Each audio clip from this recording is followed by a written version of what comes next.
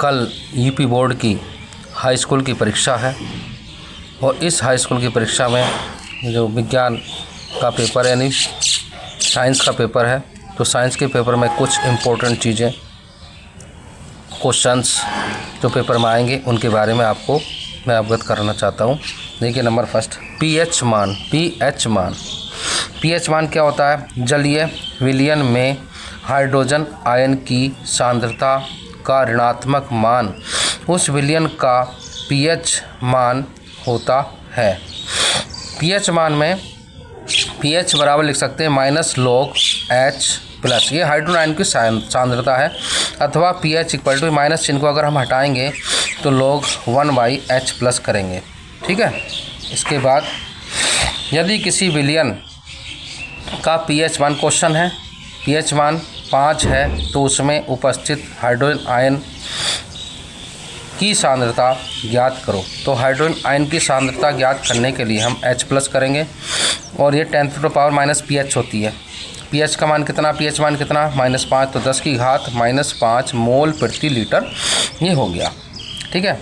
इसके बाद second question, यदि किसी विलयन का pH मान 3 है तो हाइड्रोक्सल आयन OH- की सांद्रता ज्ञात करो। तो देखिए pH मान 3 है, सेम जैसे हमने पहले ऊपर किया था सेम टू सेम वैसे ही करेंगे। H+ इक्वल टू 10⁻⁻pH 10⁻³ मोल प्रति लीटर और H हाइड्रोजन आयन की सांद्रता प्लस हाइड्रोक्सिल आयन OH का मतलब हाइड्रोक्सिल आयन की सांद्रता बराबर होती है 1 गुणा ये 10⁻14 मोल स्क्वायर प्रति लीटर स्क्वायर होती है। याद कर लेंगे आप ये पॉइंट। इसके बाद 10⁻³ H की वैल्यू रख दी वहाँ से और H- 1 × 10⁻14 OH इक्वल टू ये 10⁻³ ऊपर नीचे चली गई, 3 से 3 पावर कट गई, 10⁻11 मोल प्रति लीटर। ये इसका मोल 10⁻11 मोल प्रति लीटर इसका आंसर हो गया। इसके बाद आप जो देख लीजिएगा कुछ सूत्र देख लीजिएगा, कुछ फॉर्मूलेज होते हैं। जैसे सूत्र है साधारण नाम व्यापारिक नाम NaCl का जो साधारण नाम है वह है नमक, इसे सोडियम क्लोराइड कहते हैं। फिर NaOH यानी सोडियम हाइड्रोक्साइड को हम कास्टिक सोडा कहते हैं और इसका व्यापारिक नाम है सोडियम हाइड्रोक्साइड। CaOCl2 यानी विरंजक सोन, इसका मतलब कैल्शियम ऑक्सीक्लोराइड। Na2CO3 10H2O धावन सोडे का सूत्र है, इसका साधारण नाम धावन सोडा और सोडियम कार्बोनेट व्यापारिक नाम है। CaSO4 × 12H2O इसका साधारण नाम जिप्सम है और इसे व्यापारिक नाम है प्लास्टर ऑफ पेरिस। इसके बाद आगे बढ़ते हैं। देखिए नाम, सूत्र, उदाहरण। एल्कीन, ये भी आ जाता है बोर्ड परीक्षा में कि एल्कीन का सूत्र क्या है। CnH2n। एल्कीन में ये उदाहरण आता है, ये एथिलीन है, CH2 एथिलीन, डबल बॉन्ड अगर आएगा तो एथिलीन होगी। एल्कीन अगर ईन है तो डबल बॉन्ड आएगा। इसके बाद एल्काइन, CnH2n-2 सूत्र है, ट्राई बॉन्ड है तो एल्काइन आइन हो जाएगा। तो ये हो गया एसिटिलीन, CH एसिटिलीन का फॉर्मूला है। इसके बाद एल्केन, CnH2n+2, इसमें एक बॉन्ड आता है, एल्केन CnH, ये सामान्य सूत्र है। IUPAC नाम की कभी कभी फुल फॉर्म पूछ लेता है। I का मतलब इंटरनेशनल, U का मतलब यूनियन, O का मतलब ऑफ, P का मतलब pure and applied chemistry, international union of pure and applied chemistry. आप देख लीजिएगा कभी कभी आ जाता है। इसके बाद हमें जो है वो याद करने हैं IUPAC नाम का फार्मूला IUPAC नाम के लिए कैसे हम IUPAC नाम ज्ञात करेंगे। C1 का मतलब मैथ, C2 का मतलब एथ, C3 का मतलब prop, C4 but, C5 pent, C6 hex, C7 hept और C8 ऑक्स्ट और C9 नॉन और C10 हो गया आपका डेक। अगर OH लगा हुआ तो इसका अनुलंघन होता ओल, COOH लगा तो OE कम्ल, CHO लगा हो तो एल और CO लगा ओन और O लगा ईथर। अब देखिए जैसे उदाहरण के लिए मैंने लिखा CH3COOH, तो इसमें COOH दे रखा है। C के कितने? एक और एक दो, C के दो कंपाउंड हैं, सी एक और एक दो, दो के लिए दो को बोलेंगे एथ। COOH अम्ल, तो ये हो गया एथेनोइक अम्ल। इसके बाद C5H11Br, सी के 5 हैं परमाणु, तो 5 का मतलब पेंट और Br लगा ब्रोमोपेंटेन हो जाएगा। इसके बाद CH3CH2 CO CH3, CO बीच में लगा रहता है, CO का बताया मैंने ऑन, तो इसमें C के परमाणु गिन लेंगे 1 2 3 4, 4 को बोलते हैं ब्यूट, ये रहा, तो ये हो जाएगा ब्यूटेनॉन। C5H11CHO कन्लोगन होता एल और C के हैं 5 को बोलेंगे पेंट, तो ये गया पेंटेनॉन। ये C के 5 हैं तो, और C के 5 और एक 6, C के 6 हैं, तो ये हो गया हेक्से, C को हेक्स बोलते हैं, हेक्सिनल। CHO का अनुलंघन होता है एल और C का एक परमाणु है, तो ये होगा मेथेनल। CH3CH2OH, OH लगा हुआ है, OH का अनुलंघन होता है ओल, तो ये हो गया। C के परमाणु कितने हैं? दो परमाणु बच्चों, तो दो को बोलते हैं हम एथ और OH लगा हुआ है, तो इसका अनुलंघन होता है ऑल, तो एथेनॉल। इस प्रकार से आप IUPAC नाम जो देख लेंगे, और ये बहुत आसान विधि से आपको समझाया जा रहा है। बहुत कम समय, पूरी किताब आप याद नहीं कर पाएंगे, तो आप थोड़े से पोर्शन को याद कर सकते हैं। इसके बाद आती हैं, क्वेश्चन आता है कि कौन सी अभिक्रिया है 2H2 + O2 = 2H2O। यहाँ हाइड्रोजन और ऑक्सीजन का संयोग होकर जल बन रहा है, तो ये युगात्मक अभिक्रिया होगी, यानी संयोग से जल बना युगात्मक। CaCO3 CaO + CO2, यहाँ इसका अपघटन हुआ है, CaCO3 का अपघटन हुआ है, अपघटन होकर दो भागों में टूटा, ये कैल्शियम ऑक्साइड और कार्बन डाइऑक्साइड में, तो अपघटन अभिक्रिया हो गई। विस्थापन अभिक्रिया Zn + CuSO4 = ZnSO4 + Cu। यहाँ पर Zn परमाणु SO4 के साथ लग गया और Cu अलग हो गया, तो ये विस्थापन होगी। पहले Cu जो है SO4 के साथ में था, अब ZnSO4 के साथ होगा, विस्थापन होंगे, विस्थापन अभिक्रिया होगी, पहचान करेंगे। उदासीनीकरण अभिक्रिया HCl + NaOH NaCl + H2O, Na और Cl मिल गए ये, और H2O जल अलग निकल गया, इस प्रकार की अभिक्रिया उदासीनीकरण अभिक्रिया कहलाती है। ऑक्सीकरण अपचयन के बारे में आप कैसे जानेंगे? किस पदार्थ का ऑक्सीकरण हो रहा है और किसका यहाँ पर अपचयन हो रहा है। किसी पदार्थ में H परमाणु का बाहर निकलना, हाइड्रोजन परमाणु का बाहर निकलना अथवा O परमाणु का जुड़ना ऑक्सीकरण कहलाता है। देखिए एक रिएक्शन ली हमने 4Na + O2 = 2NO। यहाँ पर Na के साथ में ऑक्सीजन का परमाणु जुड़ गया, तो यानी Na का ऑक्सीकरण हो रहा है, Na के साथ जुड़ा था, Na का ऑक्सीकरण हो रहा है। 2Hi = H2 + I2। अब यहाँ पर I का ऑक्सीकरण बताया, क्योंकि I का ऑक्सीकरण इसलिए बताया, यहाँ I के साथ में हाइड्रोजन परमाणु था, हाइड्रोजन परमाणु का बाहर निकलना, I के साथ हाइड्रोजन परमाणु नहीं है, इसलिए I का ऑक्सीकरण हो रहा है। इसके बाद किसी पदार्थ में हाइड्रोजन परमाणु का जुड़ना तथा ऑक्सीजन परमाणु का बाहर निकलना अपचयन कहलाता है। CuO + H2O = Cu + H2O। यहाँ पर ऑक्सीजन परमाणु क्यूपर ऑक्साइड से ऑक्सीजन परमाणु निकल रहा है, तो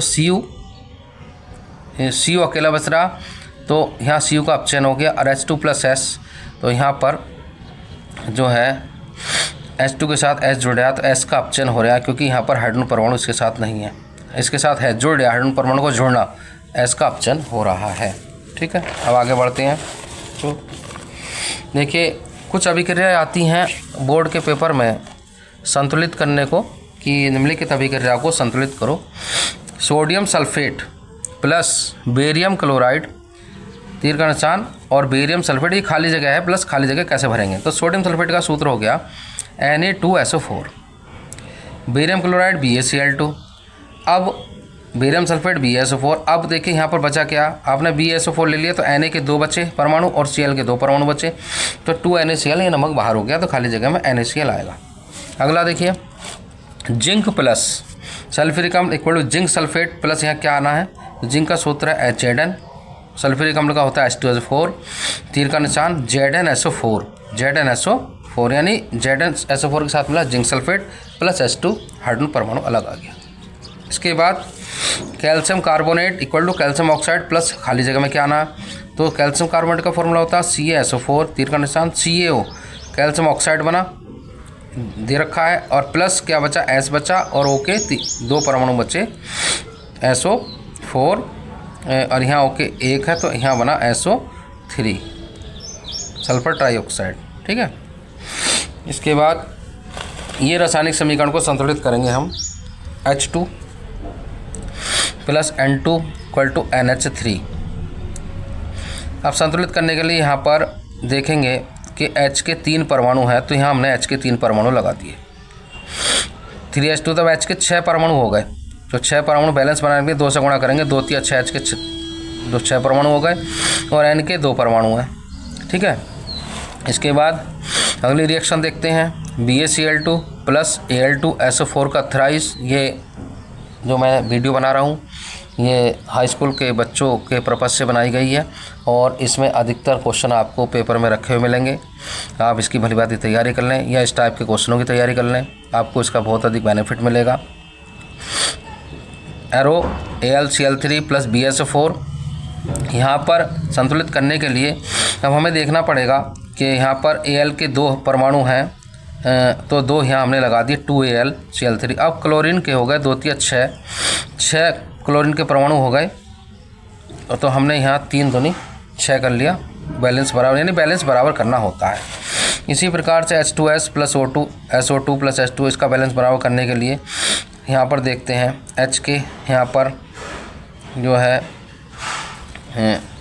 O के परमाणु कितने हैं, O के 2 हैं, 2 और 1 3 है, 3 से बात नहीं बनेगी, या तो 4 करो या 6 करो, 2 दूनी 4 और 2 यहाँ होगा 6, 3 दूनी 6 और 2S ऐसे बराबर आप कर लेंगे संतुलित करने के लिए। हाँ, इसके बाद प्यारे बच्चों आता है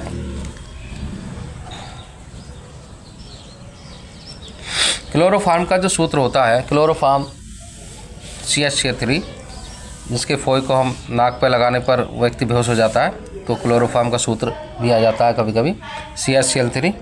टिप्पणी लिखो, हाइड्रोजनीकरण पर टिप्पणी लिखने को आती है तो कैसे लिखेंगे।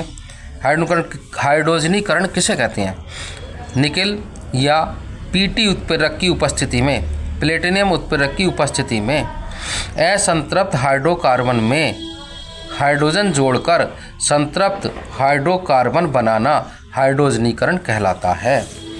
तेल लिया हमने, बसीय अम्ल होते हैं तेलों के, और हाइड्रोजन को लिया, निकेल की उपस्थिति में, निकेल उत्प्रेरक है, ये उत्प्रेरक की उपस्थिति में बनता वनस्पति घी।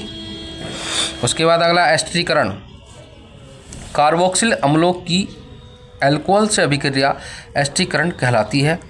कार्बोक्सिल अम्ल C2H5OH ये एथिल अल्कोहल है, CH3COOH एथेनोइक अम्ल यानी सिरका, दोनों को मिलाते हैं सांद्र H2SO4 की उपस्थिति में, तो C2H5OO CCH3 यानी एथिल एसीटेट बनता है प्लस H2 जल बनता है, तो एथिल एसीटेट का बनना ही एस्टरीकरण अभिक्रिया है।